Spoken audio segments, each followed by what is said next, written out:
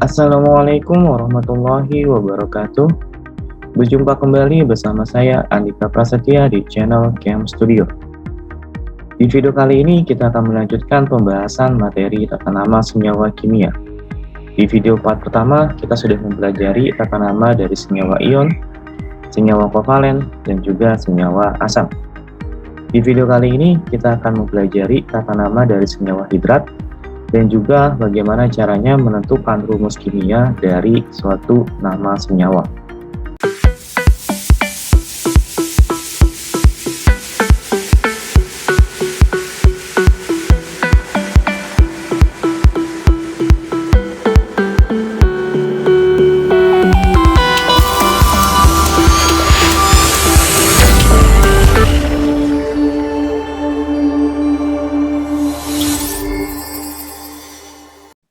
Baik, kita awali video ini dengan mempelajari tata nama dari senyawa hidrat. Apa sih yang dimaksud dengan senyawa hidrat? Senyawa hidrat ini dia merupakan senyawa-senyawa atau kelompok senyawa yang dia masih mengikat molekul air. Artinya masih ada air di dalam molekulnya tersebut gitu ya.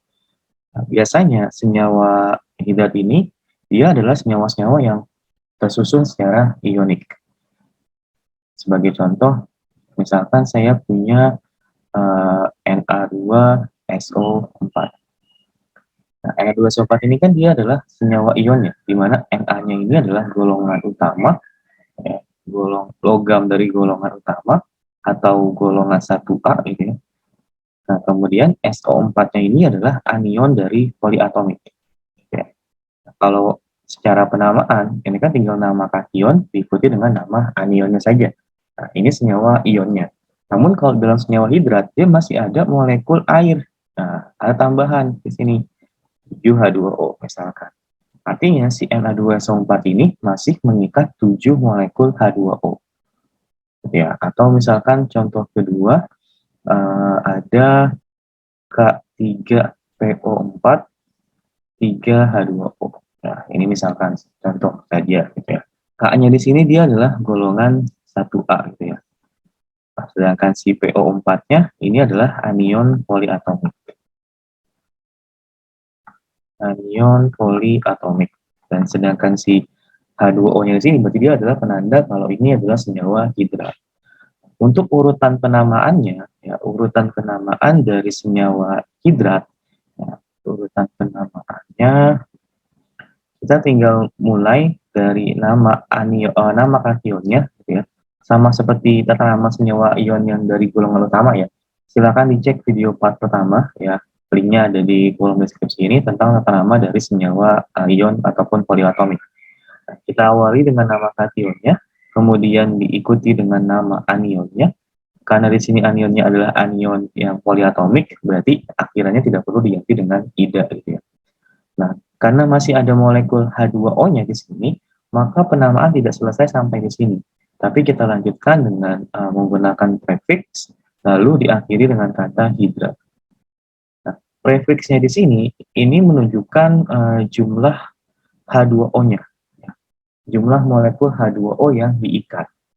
Sebagai contoh, yang ini ya, si Na2SO4 7H2O. Nah, kalau kita buat penamaannya, nama kationnya kan berarti Na ya. Na itu adalah natrium. Berarti namanya adalah natrium. Karena dia golongan 1A, berarti kita tidak perlu menambahkan informasi bilogsnya. Kemudian SO4 sebagai anion poliatomik itu memiliki nama sulfatnya. Berarti ini adalah natrium sulfat. Nah, 7H2O. 7 di sini berarti kita tambahkan prefixnya ya, karena ini menandakan ada 7 molekul H2O yang diikat. Nah, prefixnya ambil dari mana? Prefixnya ambil dari tata nama senyawa kovalen. Tata nama senyawa kovalen. Dimana kalau satu itu berarti mono ya, kalau ada 2 berarti di, kalau dia ada 3 berarti tri, kalau ada 4 H2O berarti tetra, kalau ada 5 berarti penta, kalau ada 6 heksa, kalau dia ada 7H2O berarti prefixnya adalah hepta, Kalau ada 8, okta. Kalau dia ada 9, berarti prefiksnya adalah nona. Dan terakhir, kalau dia ada 10, berarti prefiksnya adalah deka. Nah, di sini ada 7H2O. Berarti prefiks yang kita gunakan apa? Yang kita gunakan adalah hepta. Berarti kita tambahkan dulu prefiksnya. Berarti hepta. Nah, kita akhiri dengan kata hidrat. Nah, ini senyawanya berarti bernama natrium sulfat heptahidrat. Yang kedua, sama kita mulai dari nama kationnya. Kationnya di sini kan berarti K ya. K itu memiliki nama kalium. Berarti kita mulai dari nama kationnya, kalium. Karena dia golongan 1A, berarti kita tidak perlu menambahkan informasi bilogsnya. Karena dia selalu tetap. Nama anionnya di sini adalah anion poliatomik, yaitu PO4. PO4 memiliki nama fosfat ya. Berarti dia namanya adalah kalium fosfat. Nah, H2O yang diikat ada 3. 3 itu berarti tri. Berarti kita tambahkan tri. Nah, akhirnya kita tutup dengan kata hidrat. Jadi nama senyawanya adalah kalium fosfat trihidrat. Oke, kita buat satu contoh lagi ya. Misalkan saya punya senyawa MgCl2 6H2O. Berarti di sini kita memiliki Mg sebagai kationnya ya, karena dia golongan 2A. Berarti bilognya selalu plus 2 ya. Berarti kita langsung mulai dengan nama kationnya, magnesium ya. Mg itu namanya magnesium. Kemudian anionnya berarti di sini adalah Cl. Anion Cl berarti termasuk ke dalam anion monoatomik ya. Kalau dia anion monoatomik berarti akhirannya perlu ditambahkan kata ida. Dan Cl, nama anionnya itu adalah klorida. Berarti senyawa ini memiliki nama magnesium klorida. Karena ada 6H2O yang diikat, kita tambahkan prefiksnya. Karena dia ada 6, berarti imbuhannya adalah heksa. Maka di sini kita tambahkan magnesium klorida, heksa, kita tutup dengan hidrat. Nah, seperti ini ya, cara untuk menamakan senyawa hidrat yang tersusun dari senyawa ion, ya, senyawa ion dengan kation dari logam utama. Nah, yang berikutnya kita akan bahas dari senyawa hidrat yang kationnya itu berasal dari golongan transisi.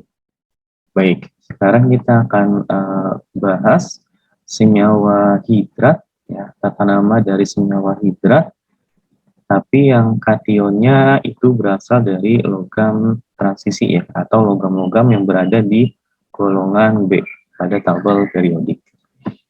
Oke, untuk urutan penamaannya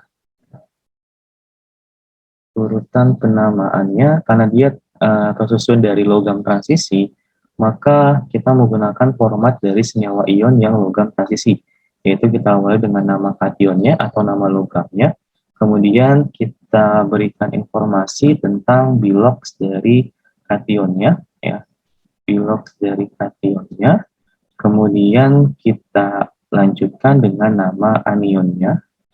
Kalau dia monoatomik, berarti akhirnya diganti dengan ditambahkan dengan kata ida. Tapi kalau dia anion poliatomik, berarti langsung nama anion poliatomiknya. Nah, sama seperti yang tadi, senyawa hidrat yang golongan utama, nah, ini kita tambahkan lagi prefiksnya yang menandakan jumlah H2O yang diikat. Nah, baru kita akhiri dengan kata hidrat. Oke, sebagai contoh, misalkan saya punya senyawa CuSO4 5H2O. Cu-nya di sini dia adalah logam transisi. Karena logam transisi berarti kita harus tentukan dulu bilogsnya. SO4 ini kan dia anion poliatomik ya, yang memiliki muatan min 2. Berarti Cu-nya ini memiliki bilogs plus 2. Artinya nama senyawanya kita awal dengan nama kationnya. Cu itu memiliki nama tembaga. Nah, bilogs dari kationnya, bilogs dari si Cu adalah 2. Berarti kita tuliskan dalam angka Romawi ya. Silakan dicek video tata nama yang pertama tentang penamaan dari senyawa ion logam transisi ya.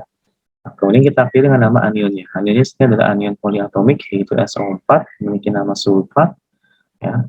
Kemudian ada 5H2O, artinya ada 5 molekul H2O yang diikat. Prefiks untuk 5 itu adalah penta ya. Jadi kita tambahkan penta terlebih dahulu, baru kita tutup dengan kata hidrat. Yang berikutnya, misalkan saya punya senyawa FeCO3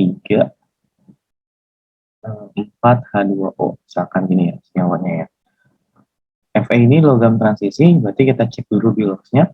CO3 merupakan anion poliatomik dengan muatan min 2. Fe berarti di sini memiliki bilox plus 2.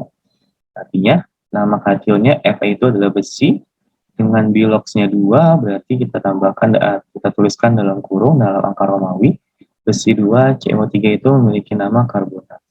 Berarti ini adalah besi 2 karbonat dengan 4H2O. 4, berarti prefix untuk 4 itu adalah tetra ya. Jadi kita tambahkan tetra dan kemudian kita tutup dengan kata hidrat. Oke, contoh satu lagi. Misalkan saya punya Mn3PO4 2 kali. Misalkan 7H2O. Ini ya. Oke. Kita lihat Mn dia adalah logam transisi, jadi penting bagi kita ya untuk menghafal mana golongan logam, mana yang bukan logam, dan mana yang logam utama dan mana yang logam transisi. Nah, PO4 ini adalah anion poliatomik dengan muatan min 3 ya. Min 3 ada 2 PO4, berarti kita kalikan 2, berarti min 6. Agar hasilnya 0, berarti Mn3-nya adalah plus 6.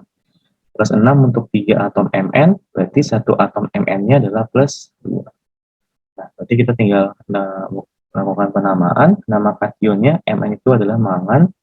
Kita awali dengan mangan, kemudian biloxnya adalah plus 2.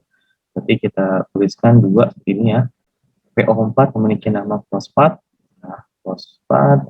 Kemudian ada 7H2O. 7 itu prefixnya berarti hepta ya. Berarti hepta, kemudian kita tutup dengan kata hidrat. Oke, baik. Jadi seperti ini kata nama dari senyawa hidrat untuk logam utama dan juga logam transisi. Ya. Oke, kita lanjut dengan mempelajari bagaimana caranya kita menentukan rumus kimia, ya.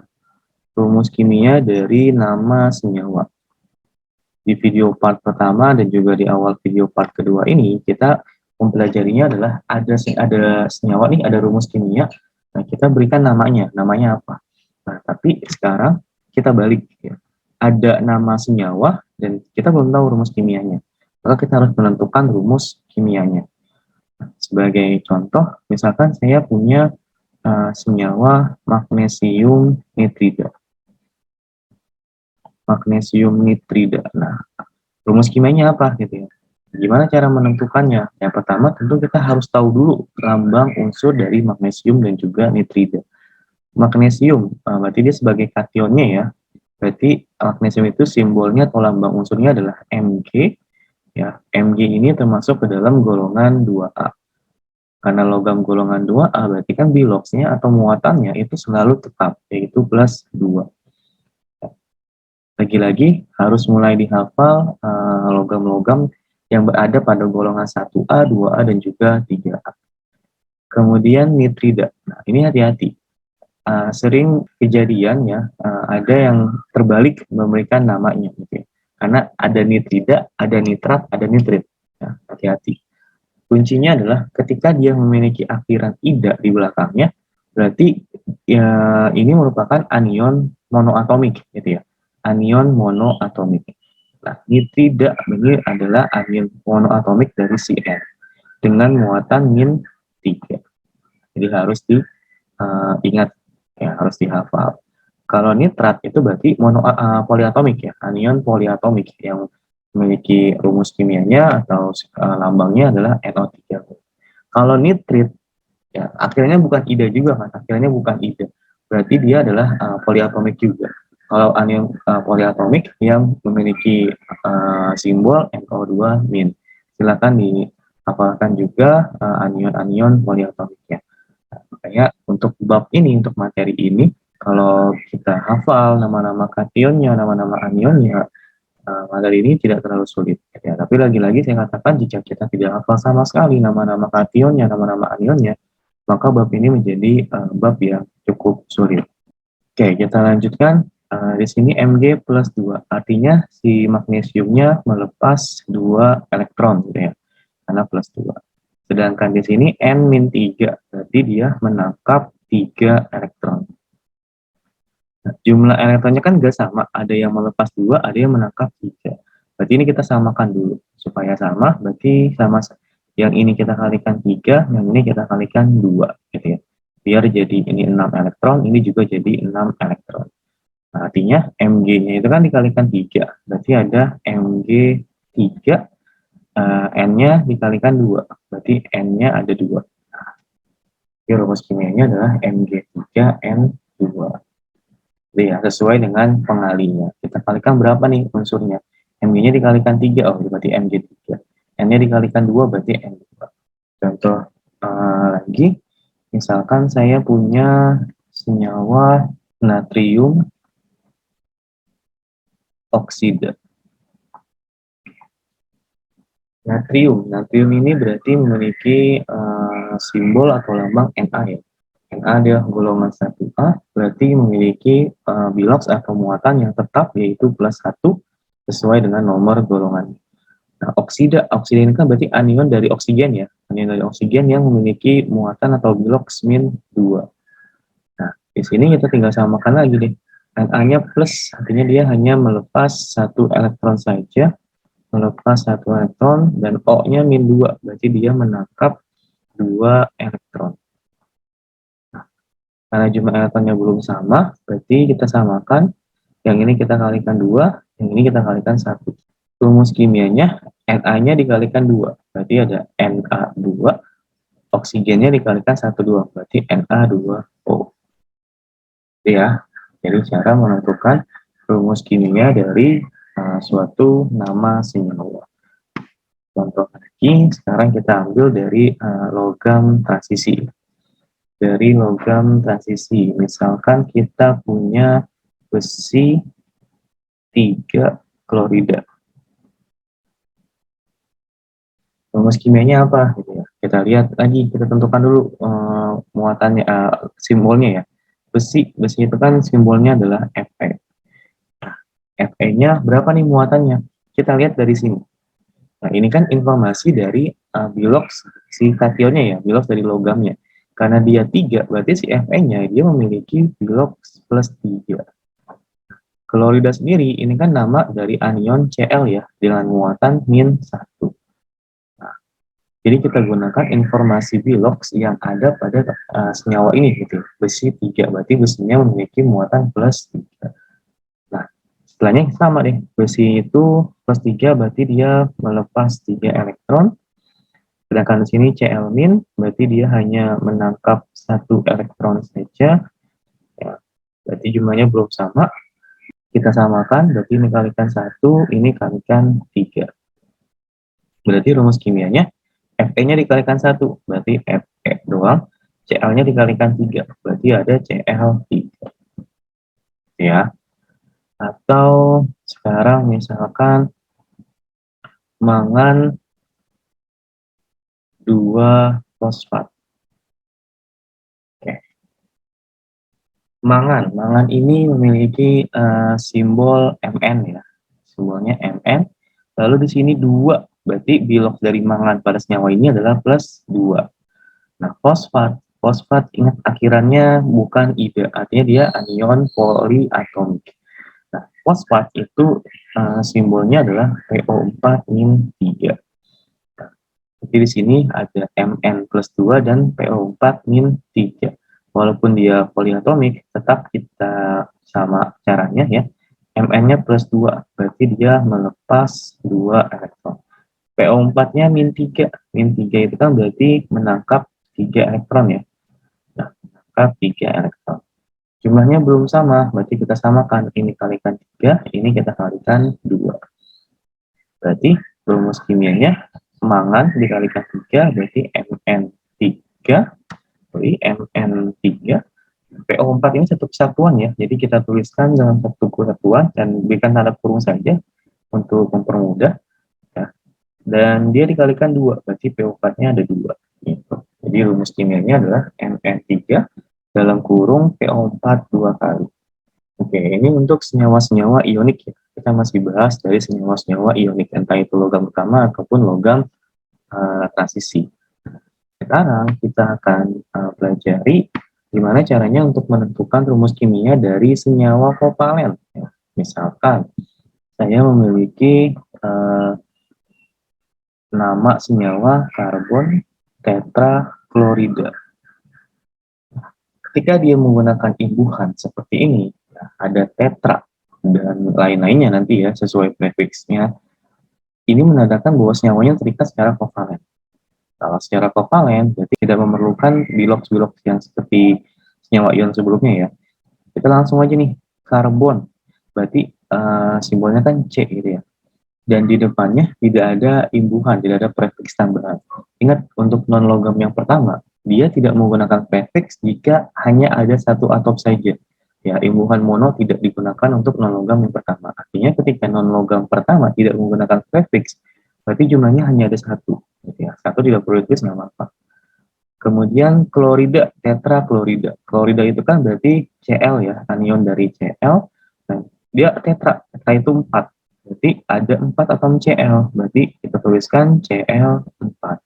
Untuk menunjukkan ada 4 atom Cl. Berarti senyawa dari karbon tetraklorida itu memiliki rumus kimia CCl4. Misalkan lagi di fosfor trioksida. Di sini ada difosfor, artinya ada 2 atom fosfor. Fosfor itu memiliki simbol P karena ada 2 ya. Di fosfor ada 2 berarti P2. Trioksida, berarti oksida itu kan dari oksigen ya. Tri, berarti ada 3 oksigen, berarti P2O3. Nah, jadi senyawa di fosfor trioksida itu memiliki rumus kimianya P2O3. Kalau contoh satu lagi, misalkan saya punya senyawa dikloroheptaoksida. Dikloro, berarti ada 2 atom kloro ya. Ada 2 atom kloro. Kloro itu Cl ya. Berarti Cl2 ya. Karena di berarti ada 2 atom kloro. Heptaoksida, berarti ada 7 atom oksida. Oksida itu berarti oksigen ya. Berarti di sini adalah O7. Nah, jadi ini untuk memberikan rumus kimia dari senyawa kovalen. Nah, kalau misalkan senyawanya adalah senyawa asam, ya ini lebih mudah lagi sebenarnya ya. Misalkan saya punya asam karbonat. Asam karbonat. Ingat, asam ini dia pengganti dari ion H+. Jadi kalau ada kata asam di depannya, itu berarti pengganti dari H+. Kita simbolkan saja dengan H+. Karbonat. Karbonat ini berarti acurannya at ya, bukan ida, berarti dia adalah anion poliatomik. Di mana simbol dari karbonat itu adalah CO3-2. Nah, H+, berarti dia kan melepas 1 elektron ya. Melepas 1 elektron, sedangkan di sini CO3-2. Berarti dia menangkap 2 elektron. Jumlah elektronnya tidak sama, berarti kita samakan. Ini kalikan 2, ini kita kalikan 1, agar jumlahnya sama. Berarti kita tinggal gabungkan ya. H-nya dikalikan 2, berarti ada H2, CO3 sebagai satu kesatuan, kita tulis dulu dalam kurung ya, biar nggak salah. Kemudian dia dikalikan 1, berarti CO3-nya menjadi 1. Jadi asam karbonat memiliki rumus kimia H2CO3. Baik, cukup sampai di sini video part kedua dari tata nama senyawa kimia. Silakan dipelajari dari part pertama ya, mengenai senyawa ion, senyawa poliatomik, dan juga senyawa kovalen serta senyawa asam. Kemudian tadi juga ada senyawa hidrat dan bagaimana cara kita untuk menentukan rumus kimia dari suatu senyawa yang telah diketahui namanya. Dan penting juga bagi kalian untuk sudah menguasai aturan-aturan dalam menentukan bilangan oksidasi. Karena untuk logam transisi itu erat kaitannya dengan menentukan bilangan oksidasi dari si kationnya. Saya akhiri sampai di sini. Wabillahi taufiq wal hidayah. Wassalamualaikum warahmatullahi wabarakatuh.